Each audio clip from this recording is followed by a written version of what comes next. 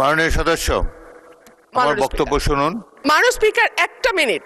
এটি point of order হিসেবে গ্রহণ করতে পারছি না বলে দুঃখিত। মাননীয় স্পিকার, আপনাকে অসংখ্য ধন্যবাদ।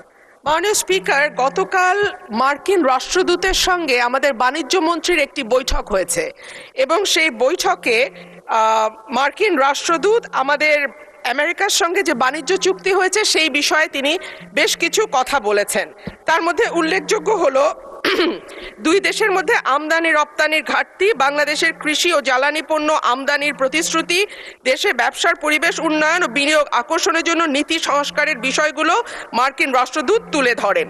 মাননীয় স্পিকার, সেখানে মার্কিন রাষ্ট্রদূত আরেকটি বিষয় আমাদের মনোযোগ আকর্ষণ করে বলেছেন যে দুই দেশের মধ্যে বাংলাদেশ থেকে যে পরিমাণ পণ্য আমরা রপ্তানি করি, আমেরিকা থেকে সে পরিমাণ পণ্য আমরা আমদানি করি না এবং যে কারণে একটা বাণিজ্য ঘাটতি তৈরি হয়েছে বিরাট, এবং এই বাণিজ্য ঘাটতি পূরণের লক্ষ্যে বাণিজ্য চুক্তি হয়েছে। কিন্তু মাননীয় স্পিকার, আমরা জানি যে 12ই ফেব্রুয়ারি আমাদের জাতীয় নির্বাচনের ঠিক 3 দিন আগে 9ই ফেব্রুয়ারি এই চুক্তিটি স্বাক্ষরিত হয় এবং তখন বাংলাদেশের যারা সুশীল সমাজ আছেন, থিঙ্ক ট্যাঙ্ক আছেন, তারা বারবার বলেছেন যে একটি অনির্বাচিত সরকার এই ধরনের চুক্তি স্বাক্ষর করতে পারে না এবং এই চুক্তিতে অনেকগুলো ক্লজ আছে যেটা বাংলাদেশের স্বার্থ বিরোধী।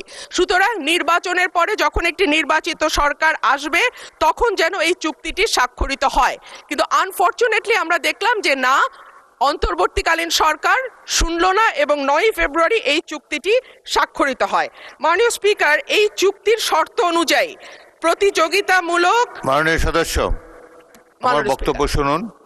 এটি কোনো পয়েন্ট অফ অর্ডার হলো না। 301 বিধিতে আপনি পড়লে দেখতে পাবেন যে পয়েন্ট অফ অর্ডার সংসদে চলমান বিষয়ের উপরে হতে হয় কিংবা সংসদ কাজে শৃঙ্খলা রক্ষার জন্য হতে হয়। আপনি একটি নতুন প্রশ্ন উত্থাপন করেছেন, আপনি নোটিশ দেন, এটি বিবেচনা করে দেখা হবে। ধন্যবাদ। মাননীয় স্পিকার, একটা মিনিট। মাননীয় স্পিকার, এই চুক্তিটি 60 দিনের মধ্যে যদি সরকার চায় তারা এটিকে বাতিল করতে পারে এবং চুক্তিটি সংসদে আনা হোক। এটি পয়েন্ট অফ অর্ডার হিসেবে গ্রহণ করতে পারছি না বলে দুঃখিত।